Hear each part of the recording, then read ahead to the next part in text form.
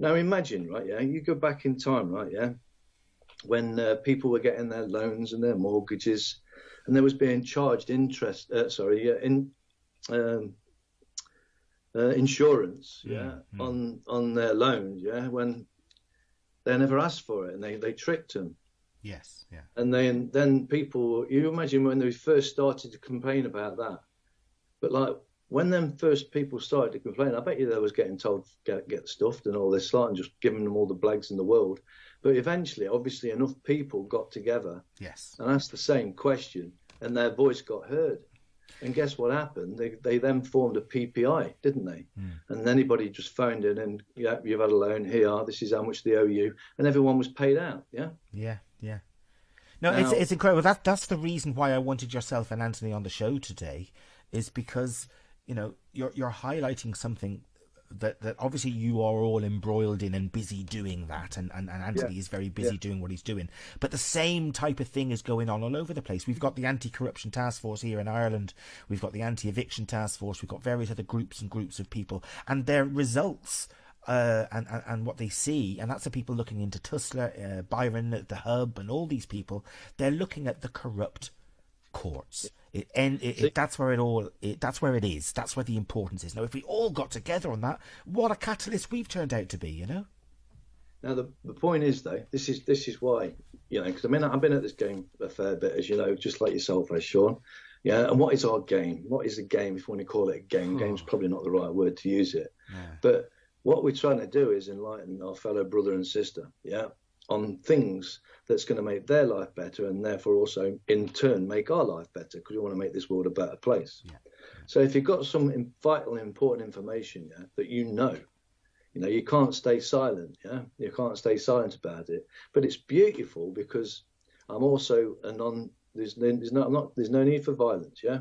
Exactly. Yeah. And the pen is mightier than the sword, and I know that. I know the strength of that coming basically from what the Baron David Wood. I mean, there's another beautiful guy we could talk about and what he did. Well, I've written that down that we are going to talk about him. Yeah, well, yeah, we can talk about him a bit later because his is very, very similar to this. But remember, the point is, yeah, what I was trying to get was we need to get it to the masses, yes. And the masses don't know. I wish I was mainstream media. They can't see this, but when they see that they've been taken to a court, fraudulently, and that that crime that was committed when you was taken to court, you can, just like when this kicks off and there's enough offers, just like the PPI was set up for the banks charging insurance on debts, these loans and mortgages. I'm not going to go into talking about that. And yes, we understand exactly what a loan is and what the mortgage is on the money. For the people that do know, but the people that don't understand that, they haven't got a grasp of what money really is and so on and so forth. You have to hit them with something very simple, and that very simple thing, is not just it's the fact. It's a simple fact that stops any of those court cases. In fact, actually, every court case that isn't a legitimate court case, regardless to whether you was a criminal or not, is immaterial, because we're not bothered about whether. I'm not here arguing about the fact. At the end of the day, I will say this to anyone who says, yeah, but you'll get people free that they deserved it. Well, I'll say this to you then. If they deserved it, why did they do a counterfeit case on it? Why didn't they put the case through properly, officially, through the administrative side, which would then have generated a case number, and it would also have created a case management file that will keep all the details from there onwards, from the information that was laid at the court to start this case, that the court could issue this case number and this case file and so on, because this is the process of a court. So if somebody that's been guilty, is guilty, why would you take them through a fraudulent side of the court? Why would you make a fake counterfeit case? If you've got a case, then it should be put in front of that court, and a case number and a case management file should be made to it. Mm-hmm. And if they've not done that, that's not my fault. That's not anybody's fault. And don't blame me because of correcting a court, because if you're freeing people that deserve to be locked up, you put your direction to the court and the people that created that counterfeit case, because that's where your anger should be pointing at. If there's any anger to be pointed at anybody. Well, absolutely. That's where the anger should be looked. That's where the point that we all need to focus on, because that is the point that needs fixing. Well, absolutely. If we had a judicial system that was honest and true, we would be happy for people to go into court and either be found guilty or not guilty of whatever it is they did or did not do.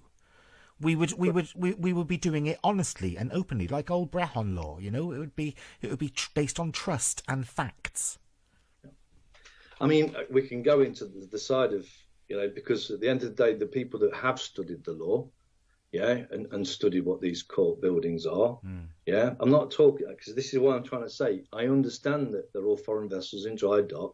I understand that the Bar Association all swear on a code, that no fact will ever be heard or tried in a court of law. So I understand that they're working on the dead, they're working on the fiction, they can't work on a living man, the courts aren't being held.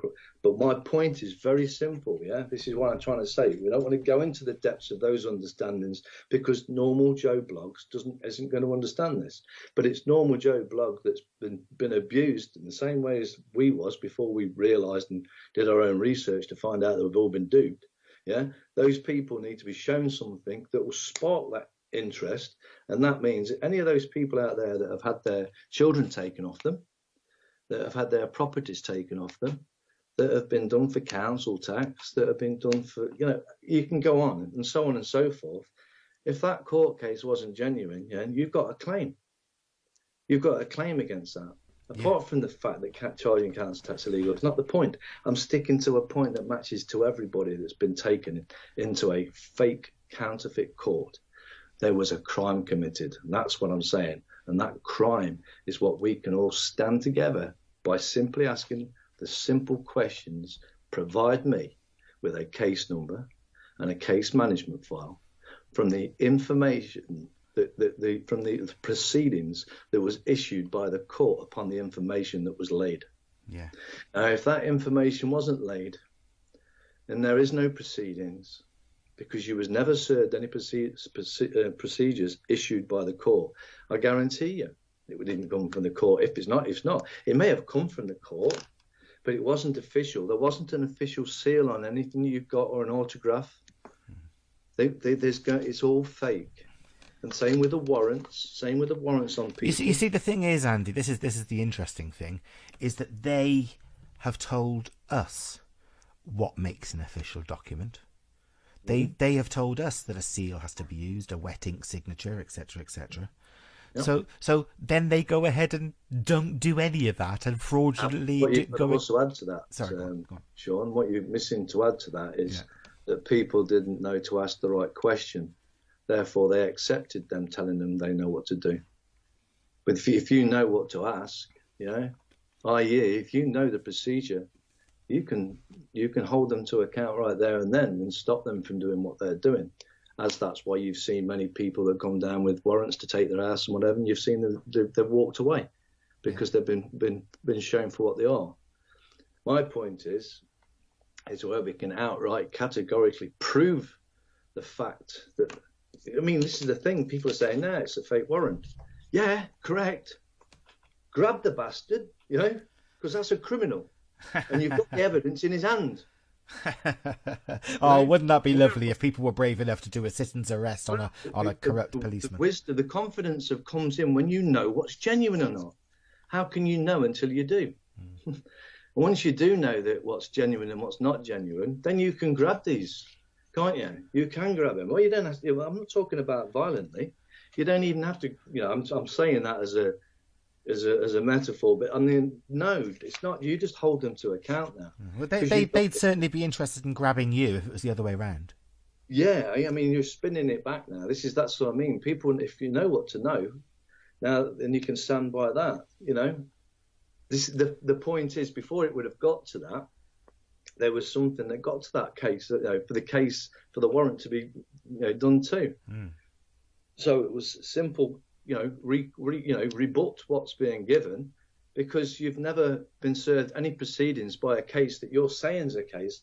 You've never proven to me that it was a valid case, and it was, verified, and it was certified. It was the information, the proceedings, due process hasn't been broken. Because this is not just due process. This is a lot of crimes here. Yeah. There's a big crime here. You know, there's multiples of what's being done and multiple people that are in on this. Yeah. This is massive organised corporate crime. Yeah. Because remember, I was saying, although I'm not saying they're working as a triad 100%, because these people have got to be held to be correct, like, but you've got to hold them to it. But what I will say, in that triangle of the council, the police, and the courts, they are working together. And like that other guy pointed out when he was telling you about his COVID fine, yeah, and then they send the payment to a corporation that was generated by, I think, Andrew Rhodes at Lancashire Police. Yeah. It was all police in it. Yeah. And that was where everyone's funds were going. That's where they're stealing a few people. That's what they're saying. Yeah. That's stupid. We can deceive those that are deceived. And that's what they're doing. Yeah. But if people don't stand up or ask king, you know, we can go into all those things as well. It's being king, having your standing and not into what to know and what to not allow them to get away with. Saying, like, you know, when they're giving you fines, you know, offer to pay it with a condition. You know, pay. Don't become, you know, threatening. Like, you know, if it's got to that point anyway, you know, you've got a claim anyway. Like I say, once this kicks in, you've all got a claim. Anybody who's had any dealing with a court, if that court case wasn't, you know, if that court case didn't follow due process, there's been a crime committed. Period. Yeah. And that crime needs the people to make them answer to it. Needs the masses. So what exactly has Anthony got? What is he exposing? Is he using his own personal court cases and highlighting that they are not court cases, that they are fraudulent, or is he doing that with more? He's done that with his, and he's done that with many others too. Okay. He's collected a big. I mean, he's been offered payouts. He's been offered payouts, you know, but he's not. That's not what he's after. When it's dealt with, then it's correct. Because correct me if I'm wrong, and it might have been photoshopped, of course, but you can tell me the story. I was hoping Anthony might, but I did see a photo of him with a file under his arm knocking on 10 Downing Street. Oh yeah, whether that's legitimate one or not. Yeah, I don't know if that's photoshopped or not. To be truthful, no, he may well have done, mate. He's very he's you know he's well. I was hoping, Andy, that he did. He quite. Do you know? I was hoping. I mean, certainly known by. I mean, his website, the Scambusters TV website, yeah. Right, it's been up there for a few years. They've tried, you know what they're like with these. I mean, listen. Let me just recap, just for people, so that you know. Yeah, I know what a petition is, and we're not begging for anything here. Yeah, we've used. Well, I'm saying we. He used the Change.org website because it was a brilliant platform to get his stuff out there, and it says petition. But when everyone goes in there and autographs it or leaves there, you know, just clicks in their agreements with what, you know, to sign, so to say, sign the petition, yeah. Then this makes a lot of noise. They send emails out to all these. They've tried to shut it down. They've tried to shut it down twice. Google's, you know, they're really interfering with it. Yeah. So you know, because people say, like, oh, it's a petition, it means nothing. Well, listen, mate. Answer me why they've tried their hardest and sued him at Christmas time as well to get it taken down and all this lot. And Google's limiting him and stuff like that. Why are they doing that then? If a petition does nothing, the point is the petition is there to do a job, and that's to wake up the masses, or somewhere where they can go and look at it. You know, and when I'm saying wake up the masses, that's an insult, and I'm not meaning wake up in an insulting way. What I'm saying is to enlighten the people of a crime that you didn't even realise was happening. But it's a crime that if you hold it to account, we're going to do wonders in this world, because we're going to make the courts be honourable. Absolutely. This is an amazing time we're in. Not only is it a spiritual battle going on, but there's a knowledge war. There are people who want us to believe and understand, get it, and a few other things their way, so that we can be controlled and easily manipulated, when all we need to do is stand in our own autonomous sovereignty as individuals, and as individuals we won't be divided, because I care for you, Andy, and you care for me, and we all care for each other. But that doesn't mean to say that you're not the king. you know, and she's not the queen. You're all king. You're all queen. You've Exactly. all got a crown. Jack and Jill went up the hill, and Jack fell down and broke his crown. And we've all got a crown, guys. Yeah. My other guest, Anthony Badaloo from www.scambuster.tv, a petition site to stop court order scams. Anthony Badaloo, welcome to Out of the Bag. Sorry we joined the party a little bit late, but it's holiday and a few guineas and, things like that. Is that what it is? Yeah. Good morning to you anyway. Andrew has been carrying on pretty well, and thank you so much. Thank you so much, Andrew, for that. Just wanted to clarify that Andy covered a little bit of what you do, Anthony, because we wanted to go there, but you have much more to say. My questions for Andy for you was, what is Scam Busters? What is the petition going to do? And what information have we got that we can share with other people around the world that proves categorically that all of our judicial system is a scam and an atrocity on mankind, really? Yeah, well,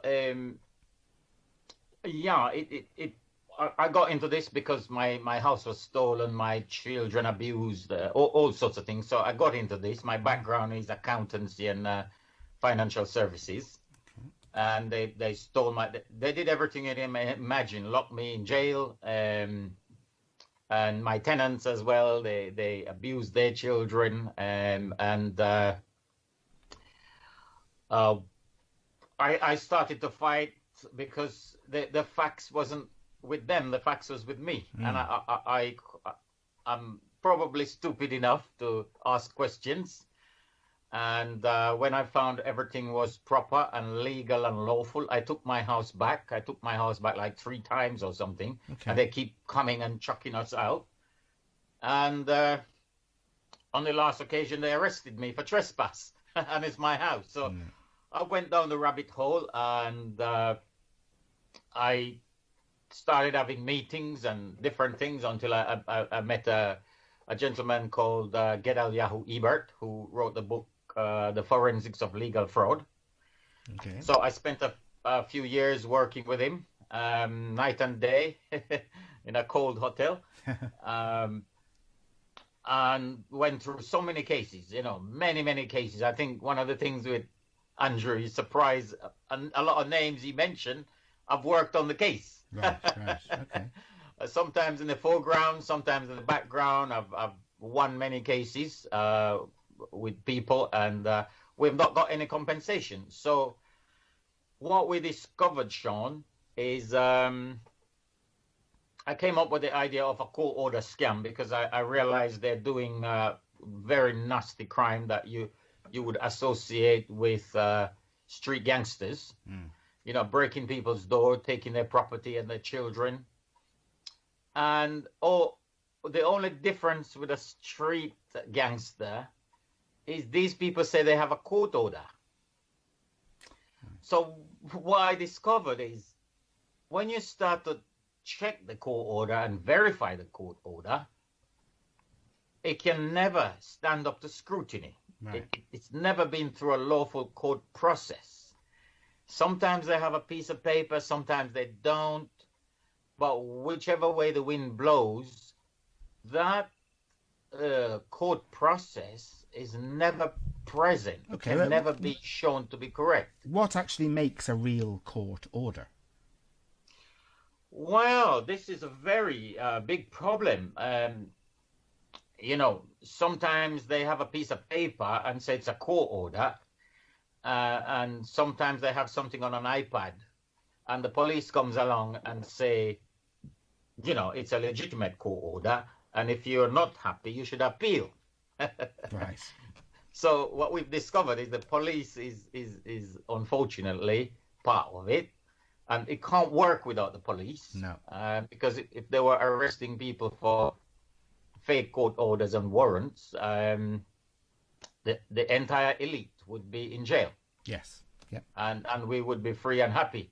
Yeah, that would be nice, wouldn't it?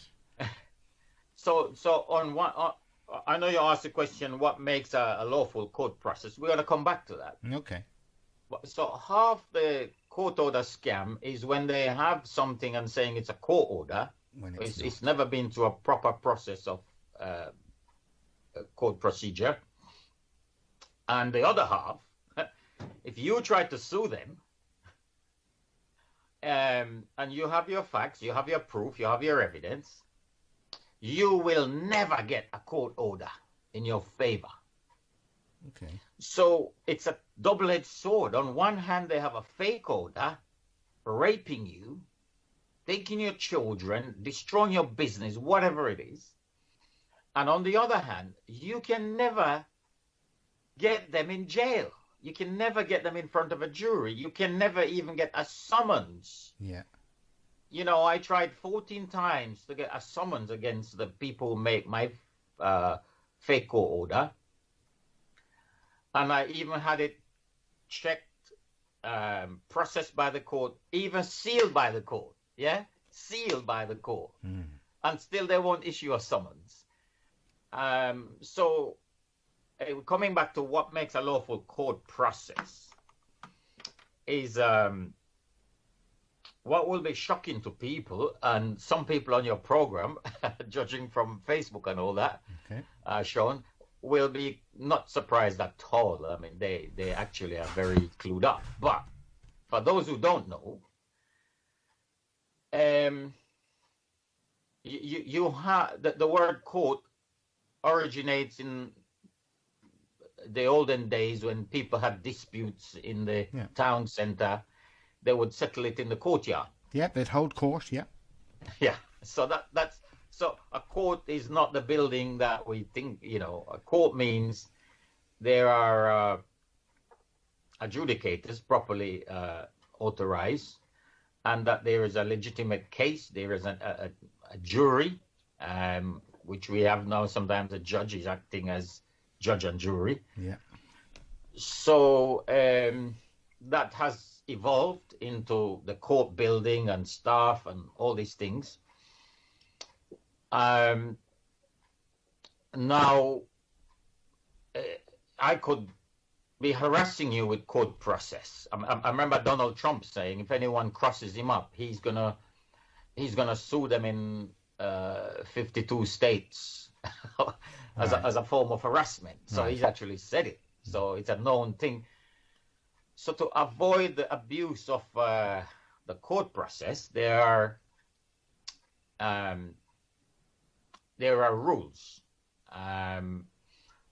you know, for a fair trial. So if I was to sue you for something, not only must I prove with the evidence that, you know, I have a right to that thing, but I must follow a process that gives you a chance to defend yourself.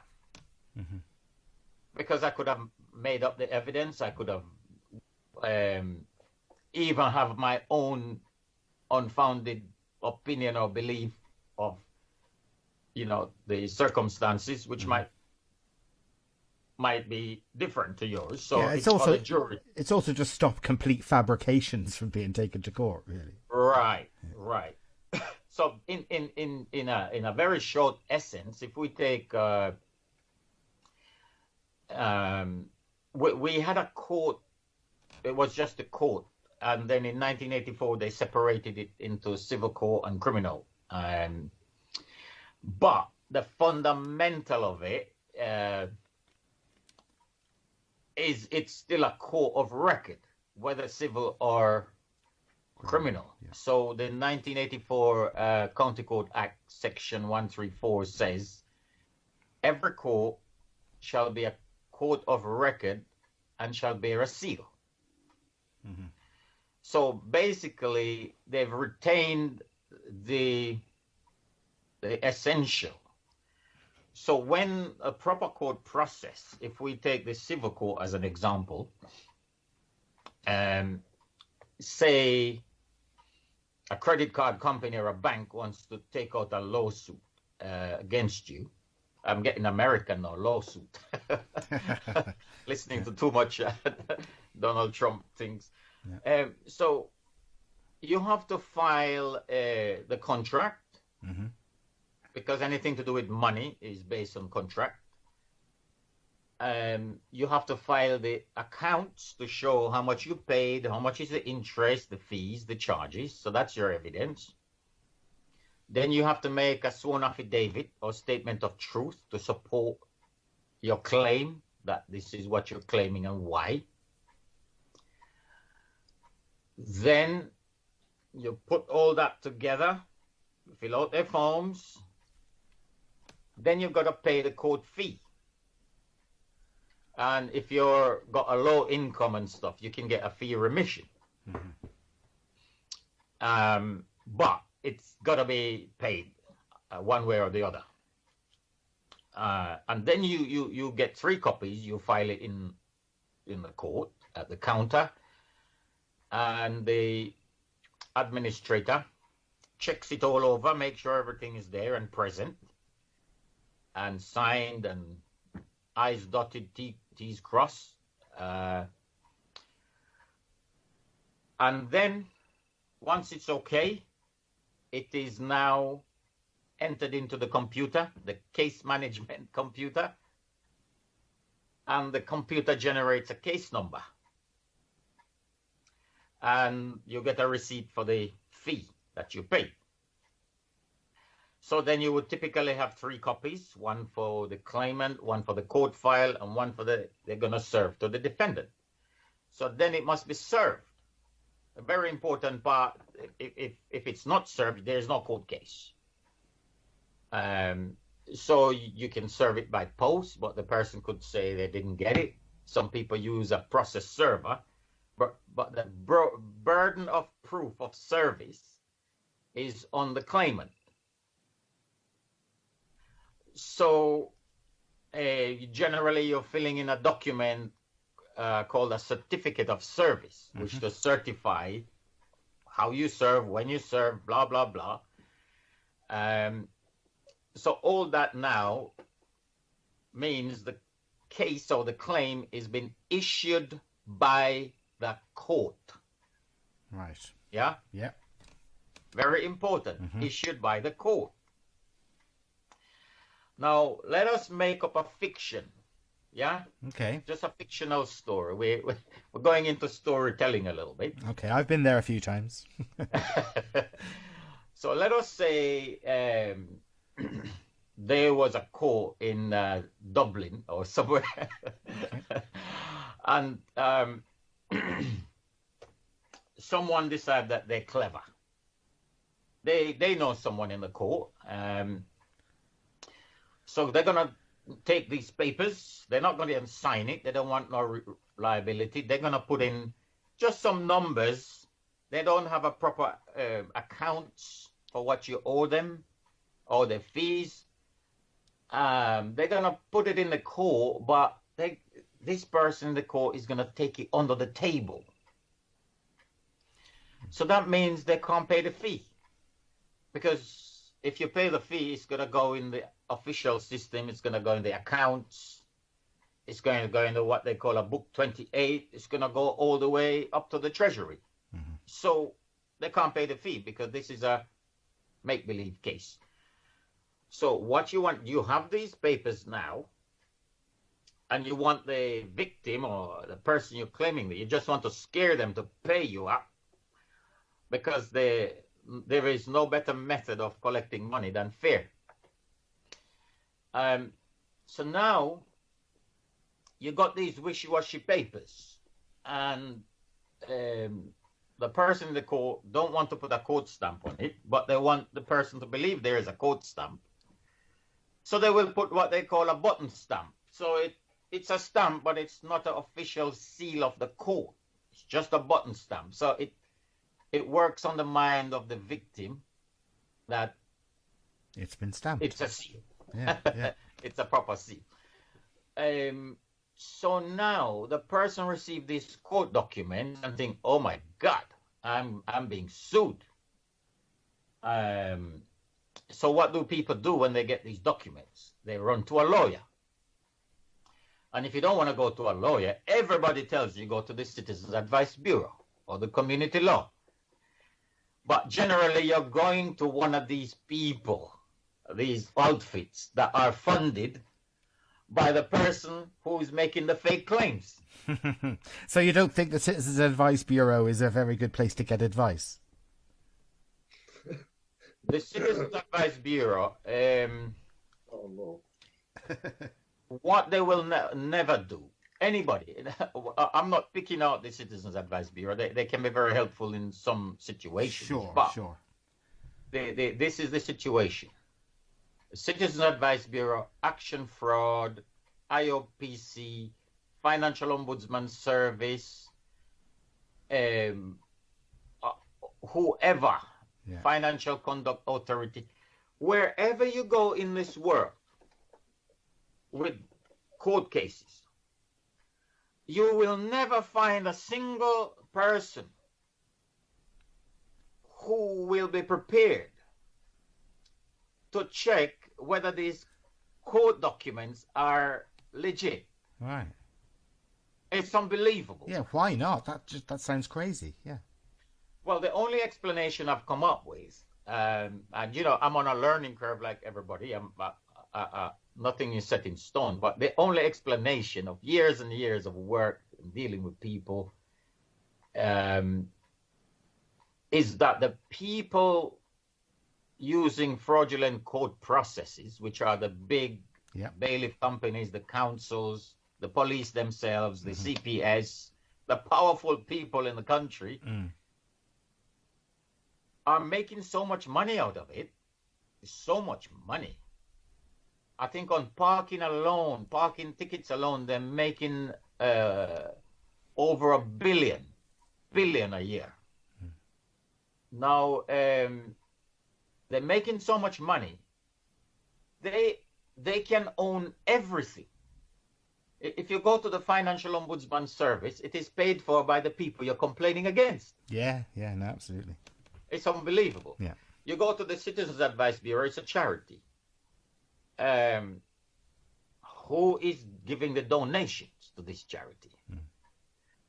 So basically anybody that a fraudulent court order goes through from top to bottom, from middle to side, they are complicit or absolutely stupid. Yeah, I think it works on a psychological level, because first thing, when you get a court order or court papers, the first thing that happens is the biochemistry of your body takes a hit. It's like you're being attacked by a rhinoceros. That's what happens. So first of all, you're not thinking straight. You need some help. You need somebody to talk to. And in your mind, you feel you need somebody like a solicitor.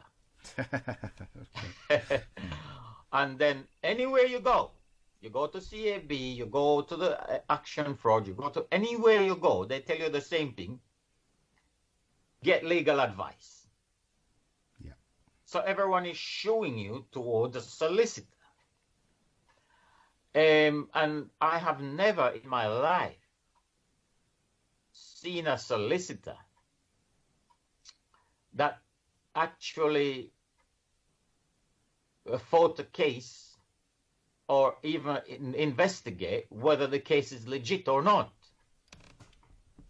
So am I here to think, and I mean, I've dealt with hundreds of solicitors. I'm financial services, I do mortgages, I do deal with solicitors a lot. As a matter of fact, one of my solicitors that did the conveyancing on my property, as a result of complaints and investigation and stuff, he got 3.5 years jail because it turns out he transferred my property without any proper process. Incredible. So he was a criminal. I didn't have much connection with any solicitors, but then I did a few years back after a car accident, and the solicitor we were given, if you like, was so incompetent that myself and my wife did everything and just told them to shut the fuck up and just be our, I don't know, sponsor or something.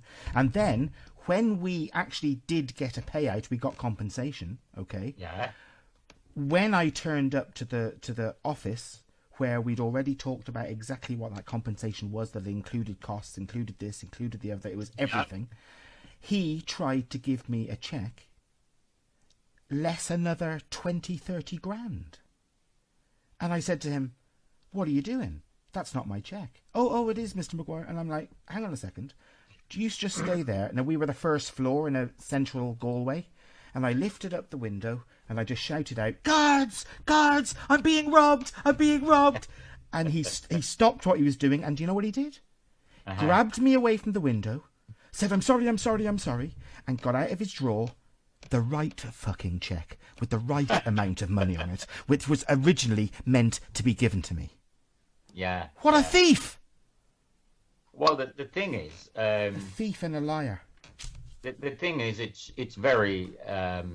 it's a little bit deeper than that, because what happens with the solicitors, once they go through court, whether you win or lose, it doesn't make any difference. They make money. The more you lose, the more money they make. That's it's just what it is. So when you go to court and the case is finished, the judge makes an so-called order, for cost.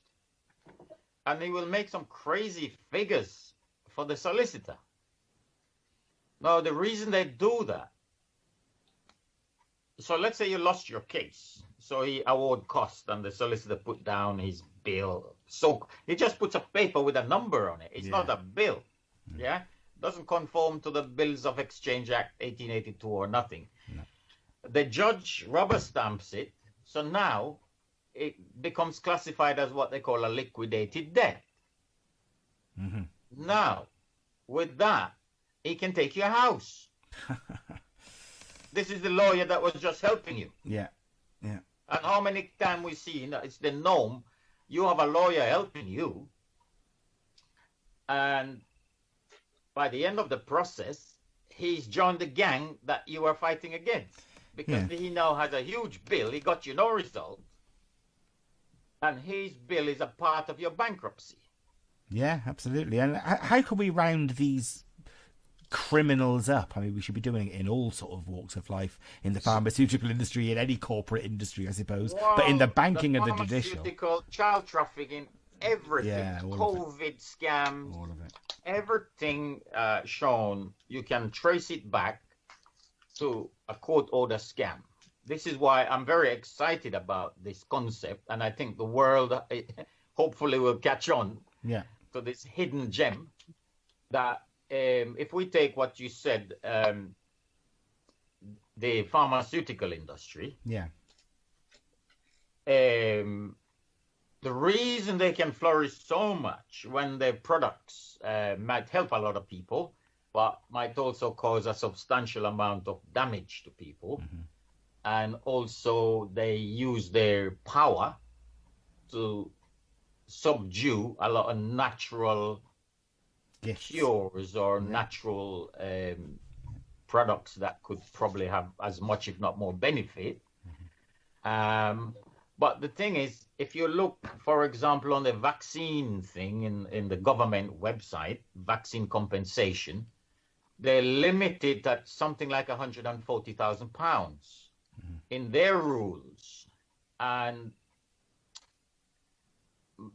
maybe the damage you suffered, you should be getting millions. Even the millions can't bring you back your health. No. Why is it capped? It's a court order scam. It means if you sue them in the court, you can't get a proper compensation. And it's also, they're going in the civil court when they should be going in the criminal court. Because if you damage someone or harm someone, it's criminal negligence. Yeah, harm, injury, or loss. Yeah. You know, why is it, so they're splitting up the courts and all that. But the thing is, if these people were facing a proper court process and a proper jury each time, these problems would be solved at a very early stage. And it wouldn't get to the point where Sir Ralph Valance, who owns over 600,000 shares in Pfizer, or one of the vaccine companies. I'm not sure if it's Pfizer, could be SmithKline, Sure. Beecham, Glaxo. I think it's Glaxo. 600,000 shares in the vaccine company. Is there advertising the public to take an untested vaccine, and where you can't even sue them if it harms you or if you die or something, or it harms your children? So it comes back to a court order scam. It's a complete abuse of the authority of the court. How can you tell someone that you can't sue us if we damage you? No, it's incredible, and it's a real cop-out. I have said to people who've asked me the same question, my answer to them was, I don't know, but maybe the individual who administers whatever drug or whatever vaccine or whatever it is to you can be held accountable individually. I think it's very simple, Sean. It's very brutally simple. Yeah. Mm-hmm. If it gets taken into the criminal court, all these things they're talking about, it's civil. Yeah, and the civil court is just rubbish. Yeah. So all these things, all these statutes and things apply to the civil court if you're suing for compensation. I mean, I've had several clients being offered compensation for fake court orders and stuff. We've never taken it. Yeah. Because the compensation is like $2,000 and stuff like that. Yeah, they take the piss. We want justice. Mm-hmm. You know, we want justice. So, everything you see going on in society, the evils, if we look at it carefully and follow the logic of it, we come back to an abuse of the court process, which allows it to flourish. Everything. Yeah. You know, Yeah. everything. And I think if the public was able to, we'll never get the public to see this, but if we get 1 to 5% of the public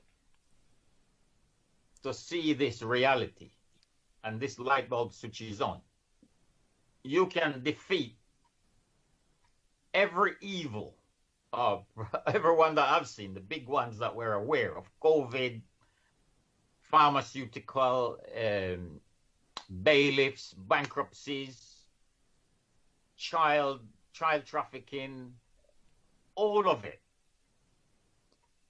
can be dismantled without violence, without a revolution.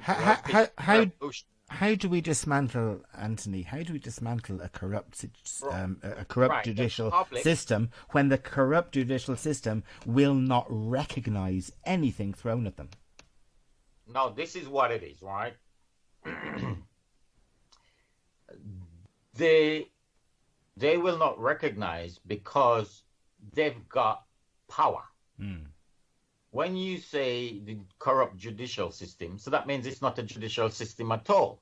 It's an imposter. Yes, yeah.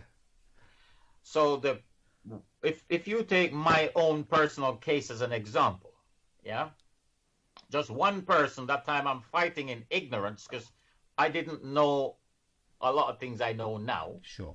When I started my battle, I just knew it was wrong. That was basically what it was. And if you look at the number of people who have resigned, just on my case alone, yeah, we're talking top people, police officers, many people. Some of it I can't say they resigned because of my case, but if you read the petition, you will see I named so many. And I believe some of them have resigned because they're scared. It gets hot. They know the law. And some of them, I believe, don't want to do the job anymore because they realize, their moral compass kicks in. Yeah, that'd be nice. That'd be nice if that happened everywhere. I mean, I did hear. I know, Sean, but all I'm saying, if everybody followed the path that I've followed myself, you will get exactly the same thing. because we're not quarreling and we're not dealing with the drama. We're not dealing, they wreck your life, but we're not dealing with that. We're just dealing with the code process. Yeah, yeah. It's a simple, lightweight method. I think it's absolutely brilliant, and that you're exposing it and you're highlighting it and proving that it is a fraud, etc., Anthony. And I really do hope, that you're on other radio shows. I know you were doing lives with Andy, etc. I hope that you're getting all this information out, and I hope that groups, like I can suggest a few here in Ireland, like the Anti-Eviction Task Force, the Anti-Corruption Task Force. There's a few groups set up in Ireland who would love this information and also have information to share with you. And I really do hope that you guys globally get together, from America, Canada, all the British Empire, right the way through Europe to Ireland, etc. Well, I'll tell you a joke. I had a call from South Africa, which I recorded. I have to put it out. Okay. Saying how amazing this stuff we're doing is. The thing is, I spent the last 5 years doing this, and I've accumulated everything. I don't need to do anything more, Sean. Right, yeah? Right. I've been in there. I fought with officers. I fought with security people. I've been thrown out of court. Imagine I've been physically dragged and thrown out of court. Yeah? Yeah, I can imagine. Wait. Yeah? Yeah. On a case, on Dragutin Popovic's case. Okay. And I won the case. Even though I was thrown out, when the judgment came, it came in my favor. Brilliant. Now, the thing is, I know that because I could cope with the physical violence, because I know the limitation of the security people. Do you understand? Okay. They're not allowed to touch you. No. They're not insured. They're not allowed to touch you. However, I am not feeding it. I'm not getting involved because that's their distraction. You could punch me in the face, and I would say, "Why are you punching me in the face, mate? I'm here with a serious matter. Why don't you help me?" Exactly. Yeah. I talked to the security. I said, "You're here to help me." As a matter of fact, I told Andy this before. There was an occasion when two court security staff, we went to view a court file and they wouldn't show it to us. And they called the security on us, so we told them we came to see the file. The security jumped over the counter at the court, ran down to the back of the office, grabbed the file and brought it and showed it to us. Okay. Because those people are there to protect the public. They're not there to serve the corrupt judges. And sometimes,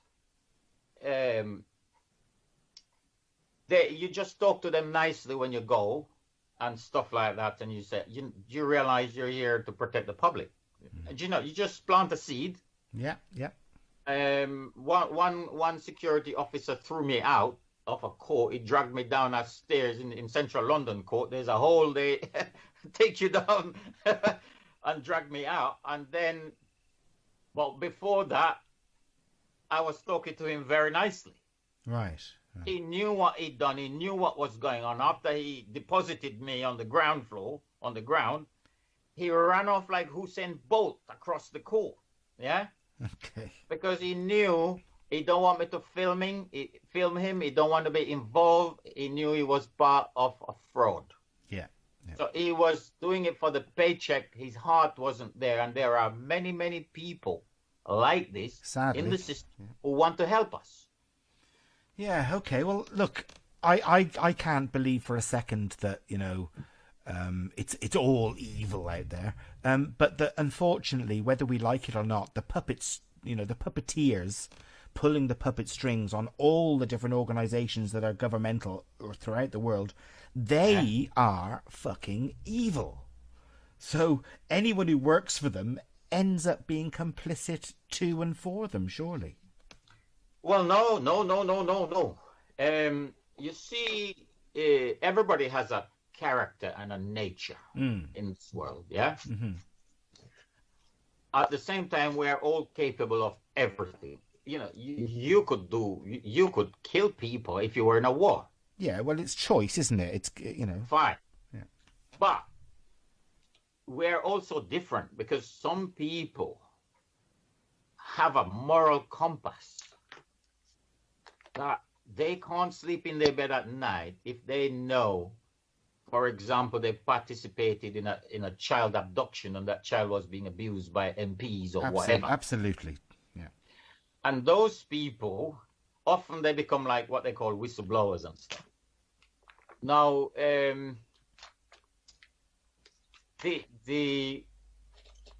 I have a letter, Sean. One day we should do a whole program on it, just exclusively. Okay. I have a letter from a court manager in a magistrate's court explaining to me, because they were trying to send my wife to prison for council tax. Okay. And we followed a process. So all the process we followed, all the documents are there. We're going to publish this document. At the end of the process, what we had was a letter from the court manager, 1.5 pages, short, sweet letter, explaining step by step that the court is hired by the council, which we all know, people know, many people know, once a month. But she explained the council use reference numbers, they hire the courtroom, and the cases are not displayed on the public listing because they are not court case numbers. They are the council's reference numbers. Yeah. And she said the court used case numbers, blah, blah, blah. She explained it all. And then she finished it by saying, the documents you received are not from the court. Mm-hmm. Now, this letter alone, if we could put it somewhere on the internet, and we discovered where to put documents on the internet, which can be downloaded on library. We have a library channel we set up called, what's it called? I can't remember. What's it called? Court documents in the public interest, or legal documents in the public interest. That's what it's called, yeah? Okay. So we've only put one document on it so far, but we're going to put a lot more. All they have to do is download this document and put it in with their council tax paperwork, and they will run away. They're people who've been to prison for council tax and made bankrupt and everything. This one letter could have stopped it. You see, you're saying how we're going to get all over the world. What you got is a small number of people controlling the many. Yep. And it has happened in every time in history, in every civilization. And then you have a revolution, and it changes, it starts again, and it goes on. And I'm a little bit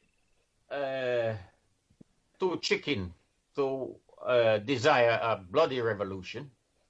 I believe now we have technology and social media and blockchain.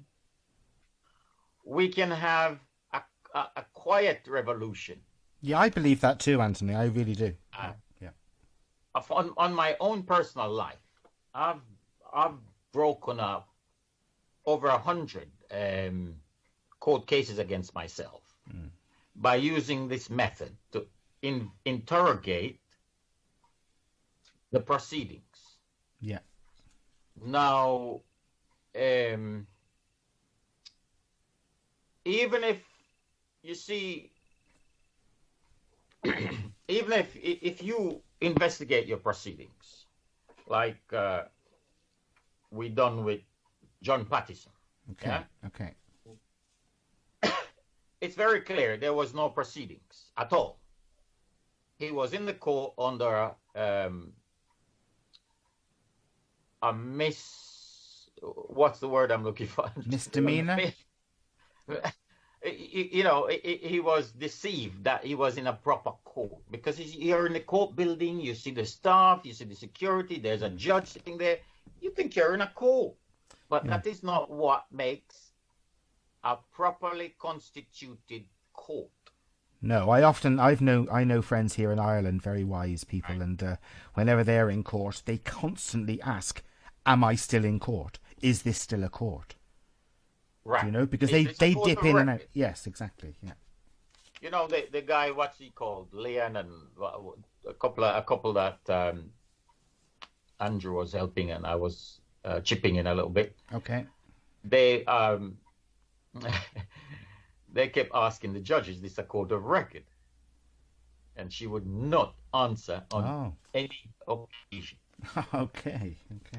This is not in a court of record. This was what? Better still, Anthony. After that, they turned the mic off the parents so that they couldn't ask anymore. Yeah, they keep turning off the mic. So you see, a court of record is the proper court. So anytime you when I write a letter to the court, I say it was the Westminster Magistrates Court, that is not the proper name. In your letter, you put down Westminster Magistrates Court of Record. You know, you can buy a flat, and the address of the flat is Wren Court. Well, it's not a bloody court. It's a residential building. So the building is not what makes it a court. What makes it a court is that you have a properly constituted claim.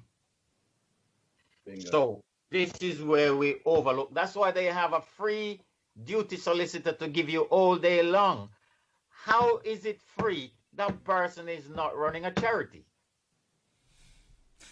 Your enemy is paying for your legal defense.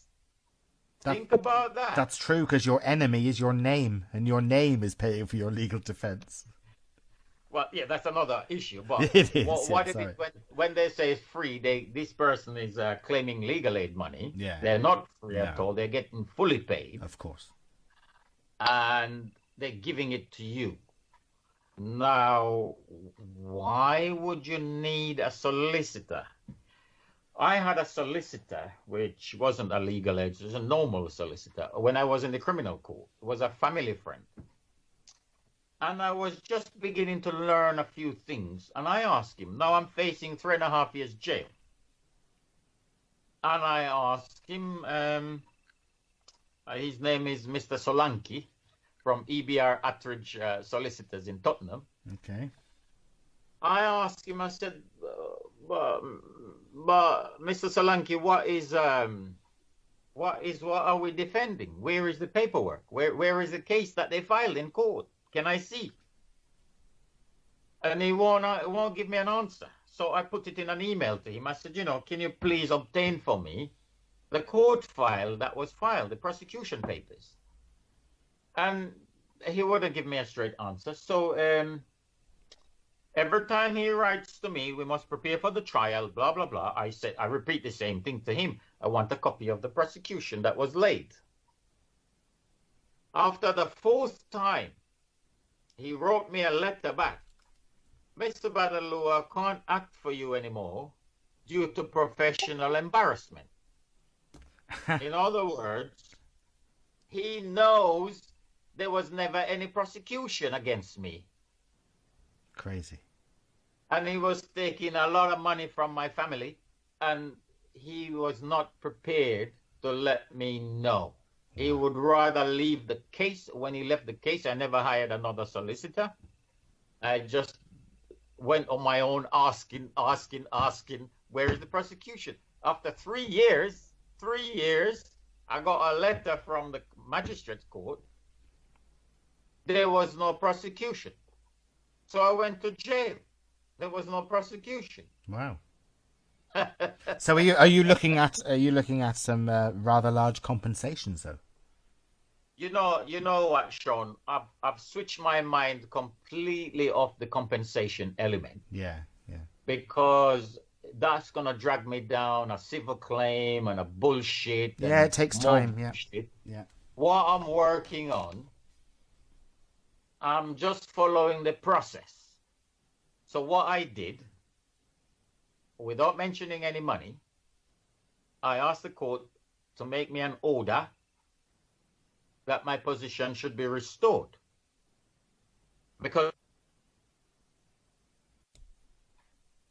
And welcome back to Out of the Bag. This is Sean Maguire live on Healing Oracle Radio and People's Internet Radio.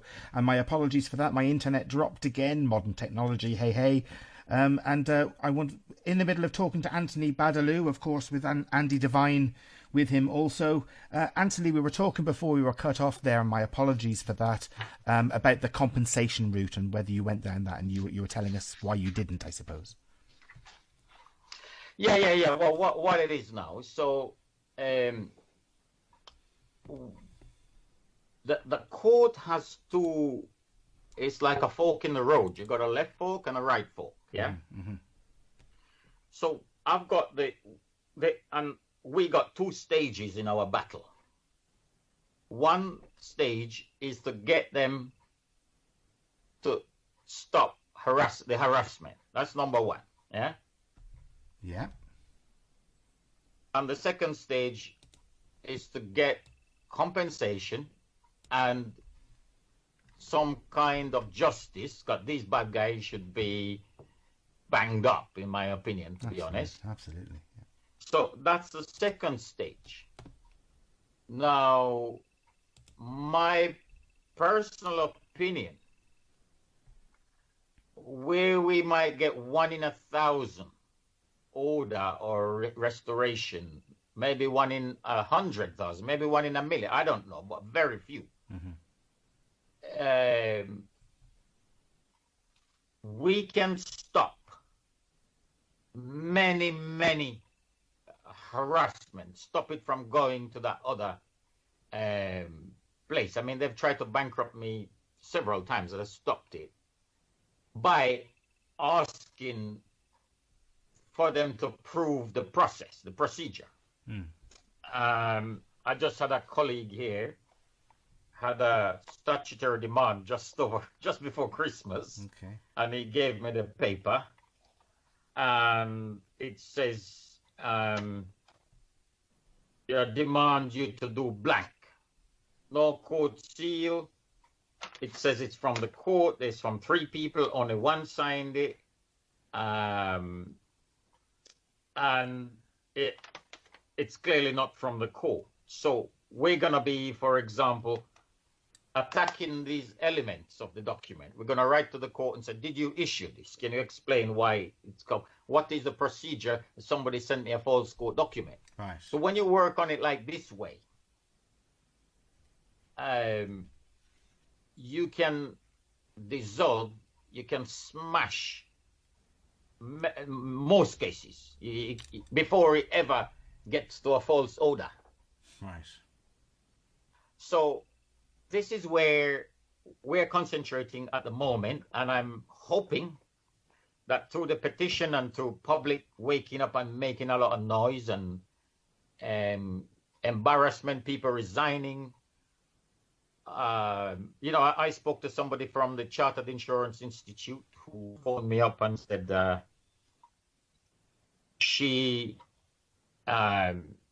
they wanted to strike me off their membership, okay, which I've been from 30 years, because I'm a convicted criminal and stuff like that. And I videoed the conversation, and I asked her, do you have the court order? She said, yes, all this thing. I caught her out 4 or 5 times. Okay. And I put the video on YouTube. Now, the same day, I had a call from her boyfriend. You understand? Okay, right. Yeah, the boyfriend, yeah, was concerned that he is with a dishonest woman. Oh, okay. Because he the did. way Hang on a he second. was lying to me. Yeah. He phoned me up and was asking me about the conversation. What is it? What's going on? I said, well, you can see for yourself. She said she has a court order. She doesn't have a court order. There's no law. There's that. I said, look, your girlfriend, to be honest with you, I got nothing against her, but I think whoever is giving her the paycheck is putting her up to do serious wrongs and crimes. Because when you said that her boyfriend phoned you up, I thought he was going to be phoning you up, threatening you to stop harassing or annoying his missus. No, it was the opposite. Well, why would you defend your missus if she's doing fraud? Exactly. Yeah. Why would you? Yeah. So he was asking, and he was very interested what is she doing here? Because he didn't understand the legality and all these things. Yeah. Mm-hmm. So I told him, you make a false claim to the authority of the court, it's 7 years. That's the law. Yeah. And things like that. And now, you see, imagine the knock-on effect you have when you do this, because he's not going to be questioning the integrity. Maybe they were engaged. I don't know what their state of relationship, but maybe they're sharing the rent. Maybe they have a joint bank account. Do you think he's going to trust her? No. This is somebody from the Chartered Insurance Institute. So we can get an enormous amount of, imagine if, I was saying to Andy, we're trying to work something out, right? And I hope your listeners, Sean, can benefit from this. I certainly hope so. I think many people will benefit from it. Right. We got the document up now on the internet, where if you have a civil claim, you print off this document, put your case number and things in, send it off to the court manager, and you're asking to verify your case. So I want a copy of A, B, C. I want the case management records, which is in 3 sections. And I want to come and inspect the court file. Now, I believe if we get 1,000 people, 1,000, yeah, to do this,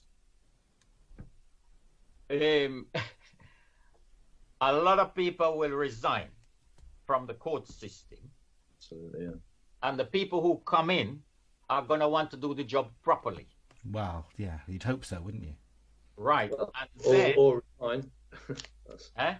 Or resign.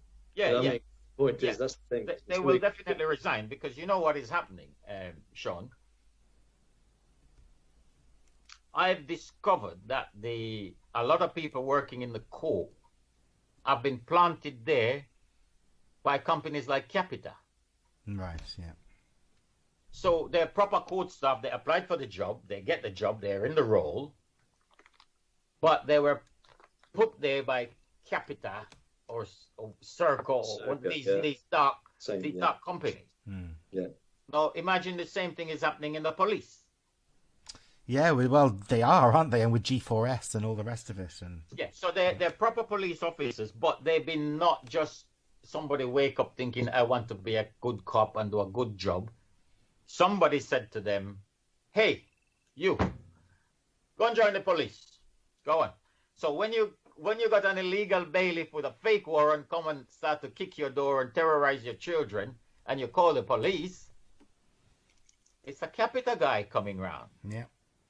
And he will never, in 1,000 years, arrest the bailiff for having a fake warrant. But he's part of it. Aye, and this fake warrant carries 7 years in jail.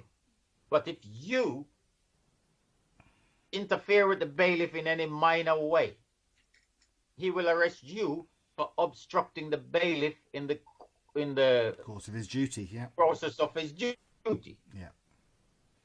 So, so this is what we have going on. And the thing is, right, imagine 10 years ago, we have this program on now. We told the only way I could get this information out would be I would have to get a news reporter from the Times or the BBC to give me some airtime to put this out. Do you think it would get out? No chance, yeah.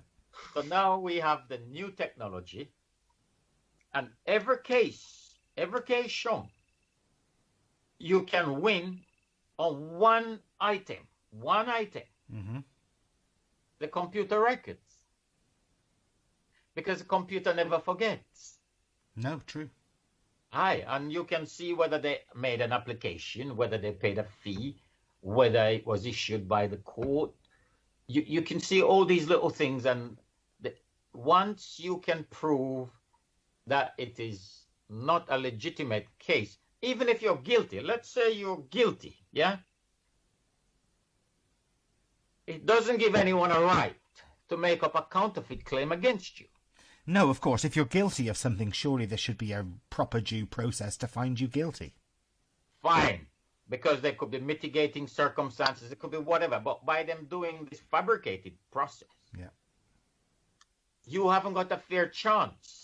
No, it makes it all a complete sham, doesn't it? So, right. So the people that are working within the confines of the judicial system, if you don't mind me putting it that way, in the courthouse, you know, the judges, the first officers, all the guards that are there, the court ushers, and all that type of thing. So they are aware then that they are complicit to this fraud. You know what I believe? They must be. I believe they have different levels of awareness. Okay. Not all. They all know one thing. They all know one thing. I can guarantee you this. That something is dodgy. Yeah. And also every single day of the week, I'm pretty sure whenever a court is open, I can only speak for here in Ireland, but I know people are going in there to argue that the court itself is corrupt. Well, this is the problem. This is what we're hoping. I'm so glad I met Andrew, because he's somebody I can work with. I used to work in the last year of his life. I used to work with the late great Patrick Cullinan. Yes. And we were making so much progress because he has a voice and a power. Yeah, I've met Patrick. Yeah. And when we introduced him to the forensics and the case management and that part of it, he became 10 times more powerful. Nice. And he got his own computer record because his whole case came in a bankruptcy. Yes. And he got all the records from his bankruptcy that it was totally fabricated. And wasn't it? Paper. It's even made the newspaper, like when he was saying it had been proven. It was proven correct. It was in the Guardian. Mm-hmm. And we could do a whole show because with Patrick Cullinan, believe it or not, we still got an open missing persons number from the police stamped on the with the police stamp. But yeah, so coming back to this, if people were guided what to do and how to do it in a very simple manner. In no time, I mean, you will have big changes. In my case, right, there was a guy called Richard Gill, was a court manager in Barnet. Yeah. Okay. So I was, I had a problem with my bank, so I said to the bank, give me the accounts and I'll show you that I don't owe you any money.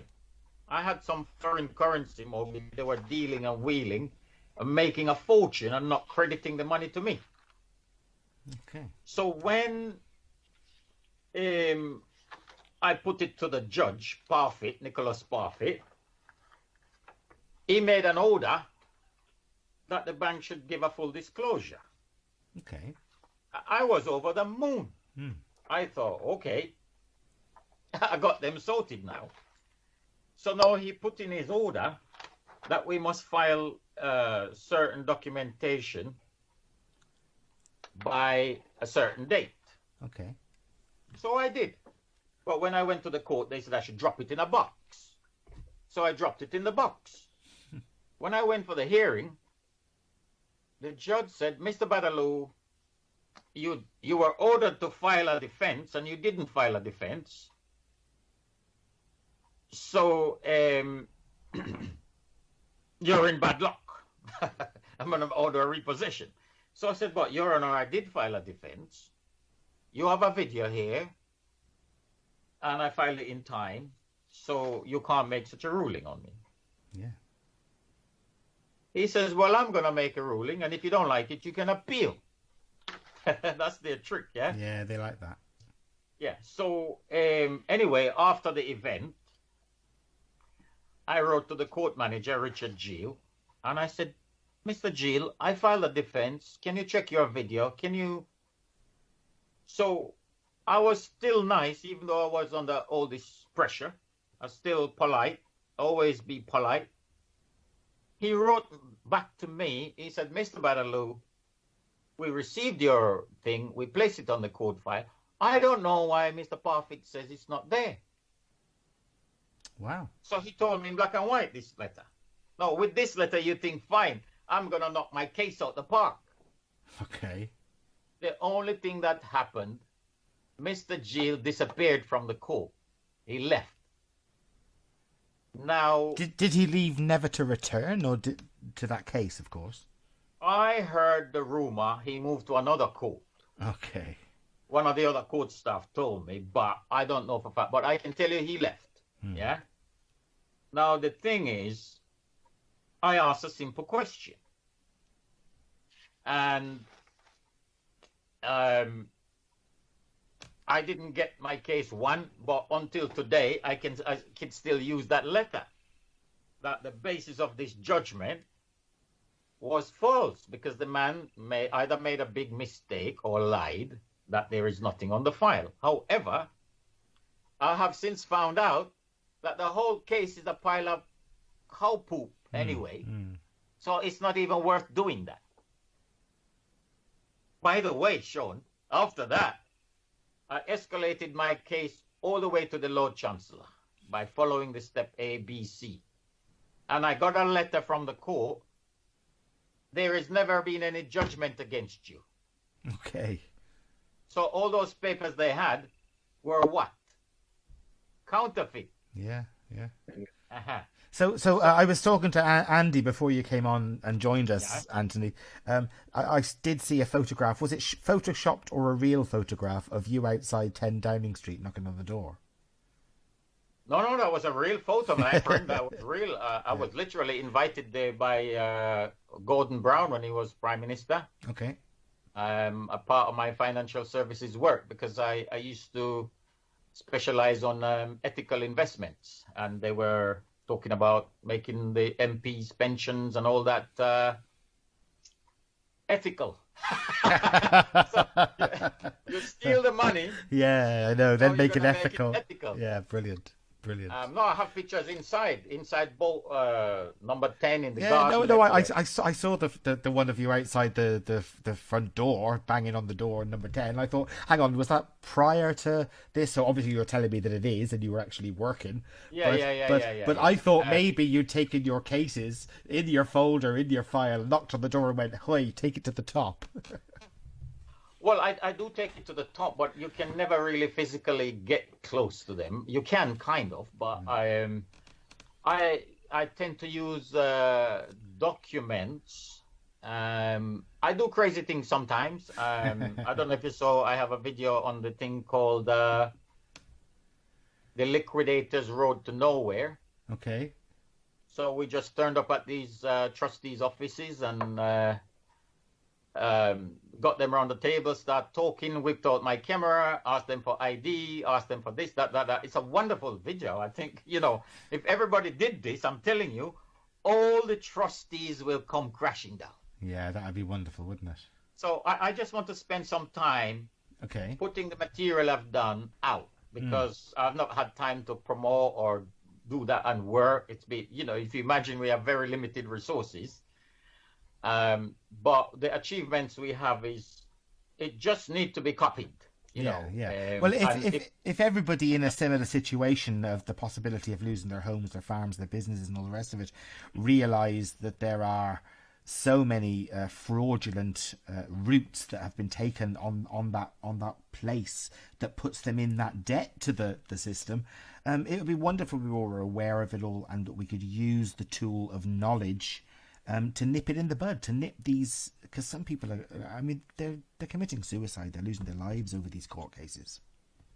The thing is, just to add for this is the point. It's got a singularity. It doesn't matter what case it is. Yeah, it's a case or it's not a case. This is what we're talking about. So the singularity, the synchronicity, that everyone's got the same opportunity now just to ask, to find out, because once you found out that it was counterfeit, then you now know. Now you know for yourself, like what we're saying. Yeah. Because if it is a genuine case, then they can provide this material. If it's not genuine, then you have to ask yourself why they're not giving you the material. because it was never there to give you. Here's the question, guys: is there? I mean, are there genuine court cases? Are there genuine ones that are basically allowing the system to fool the people by having them as a front? I will tell you when you know what a genuine case is. Okay. Is when you make a claim yourself. Right. Okay. So I had two cases I won this year. Okay. One is last year actually. Mm-hmm. One of them is I tried to evict a tenant of my own, and I had to go through the whole process, and you get your receipt for the fee, everything's there, and it took a long time. The other one is was a dispute, and I was doing some dispute resolution work on the case. Mm-hmm.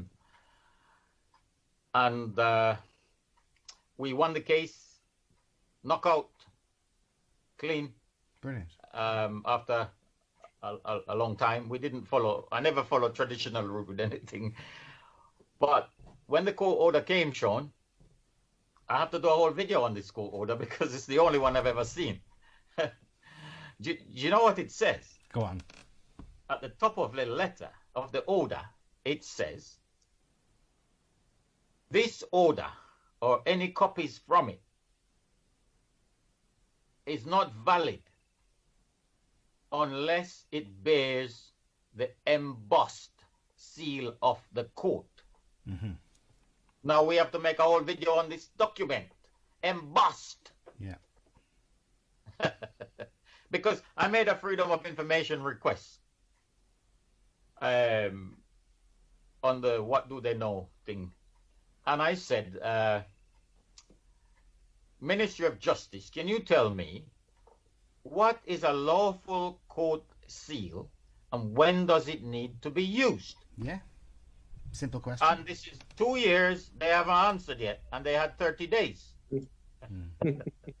And they're using pretend seals and stamps of signatures and all sorts of shit. Yeah, yeah. I know there is a chap I work with a bit called Victor Fogler, wonderful chap, great analyst and, analytical brain. You know what he does when he writes to the courts? You see the button stamp that the court put on these papers, the repossession papers and all these civil court papers that they put on. It just says the county court, or it says nothing, it just a stamp. He puts half a dozen of these on his letters that he sent to them. as a proof that we know what you're doing. I'm putting the same, these are meaningless, these are not court seals. Yes. They got no legal or lawful value whatsoever. As a matter of fact, you can buy documents off Westlaw website, and it's got those button stamps and county courts stamps built into the blank paper. Crazy.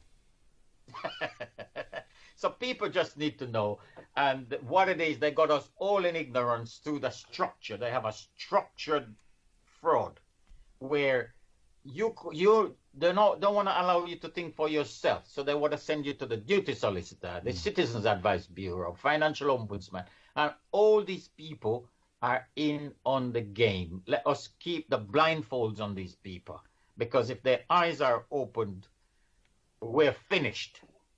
Right. Okay. The Emperor's got no clothes on. Yeah. You this is what I mean. This is why I focus on it, because I could vision it's a simple thread of this. Once people get to grips and understand exactly what they've allowed themselves to be done because they've allowed themselves to be deceived or by a counterfeit. Now, if someone comes to and bought a present off him and they gave him a counterfeit £20 note, they can see that, they can touch that, they can realise that they stuffed that, they've given the real money. But then the case appears real. Yeah, they haven't asked the question, is it a genuine court case? And it's very easy to find out. Simple question. Yeah. It's very easy. Unfortunately, what did we say? We have a way of saying things. It's simple, but it's not easy. Yeah. Because you still have to study a little bit, as much as you can, understand the background of things. And, you know, just imagine if you took your car for an MOT and the guy gives you a certificate, but he never put the car on the ramp. He never put the thing in the exhaust. He never, you know, did any test and check the tires. He just gave you a MOT certificate.